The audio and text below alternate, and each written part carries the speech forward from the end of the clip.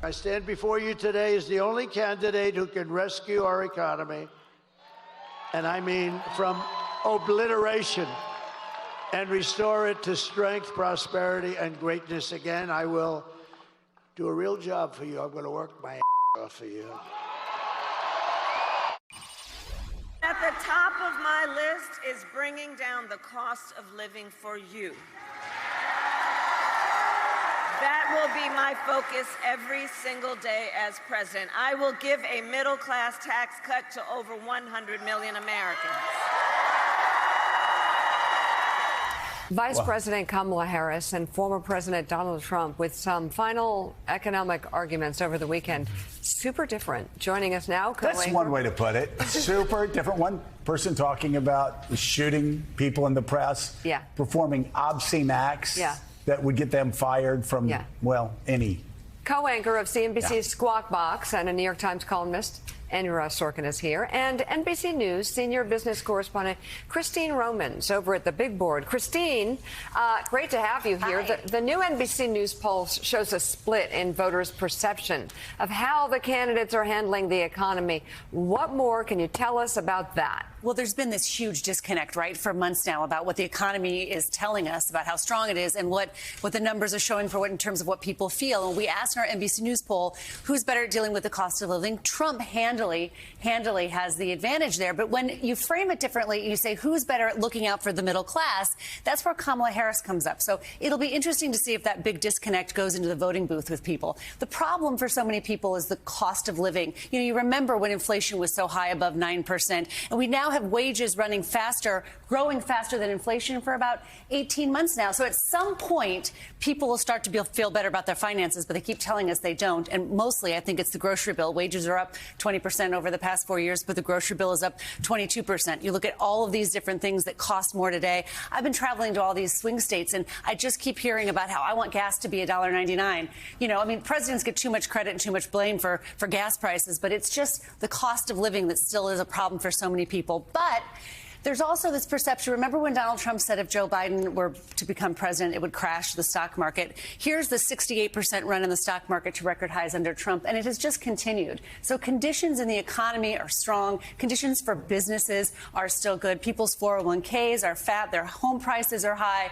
But there are all these little parts of the economy that just aren't working for people, and that's what they've been complaining so much about. That's the tough part right there. NBC News senior business correspondent Christine Romans, thank you very much for that explanation. Thank you so much. So, Andrew, you know, I always, on my Jetsons watch, I always have Squawk on. So I'm always watching you. And I looked down and I saw you interviewing a certain CEO and asked a pointed question that you got no answer for. Could you? So we talked to John Paulson this morning, the hedge fund manager, along with Barry Diller, which I think we'll show some tape in a minute. But one of the things I asked him was, I said, you hire people, job interview.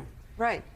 If somebody came into your job interview and pretended to perform effectively fellatio in the interview on the microphone, and then you got tapes from Jeffrey Epstein saying that, you know, he was the best friend of this job candidate, would you hire said individual? Good question. Fair That's a good question. The answer, of course, is no for every CEO. Right. But no answer. Would he admit it? No He answer. gave you no answer?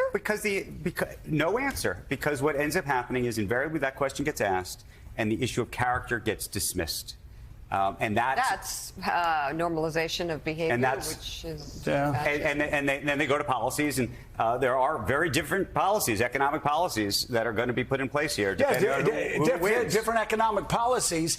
And if you're a CEO on Wall Street and you look at those policies, the answer is clear. You want Kamala Harris for a million different reasons. The Wall Street Journal, of course, as you know, they've interviewed economists. The majority of economists say Donald Trump's tariffs plan, his spending plan, his tax plan wrecks the economy. Even Elon Musk says, let him in and we will wreck the economy. Well, he talks about temporary hardship, and that is a real thing. You talk about inflation. One of the interesting things is, obviously, tariffs will increase inflation. The goal of Trump would be to offset that inflation by lowering the price of gas, which we also just showed. However, the interview of the CEO of Exxon was interviewed last week. Right. Oil companies don't want the oil prices to go lower. So do you actually, they want to drill more, but how much more do you think they actually want to drill? The problem is, Willie, as we've talked about all the time, the United States of America has produced more oil this year than ever before. There is a problem with drill. If you're already producing more than ever before, and oil prices have dropped from over 100 down to about like 70 or what, at some point you start getting into the 60s, and the oil companies go, doesn't make any economic sense for us to drill. Bingo. We need to let this just play itself out, let oil prices go up per barrel, and then we'll start drilling again. So again, to say I'm going to drill more, the oil companies will go, we're not drilling. If you want to get out there, Donnie, you can, but we're not going to do it. Yeah.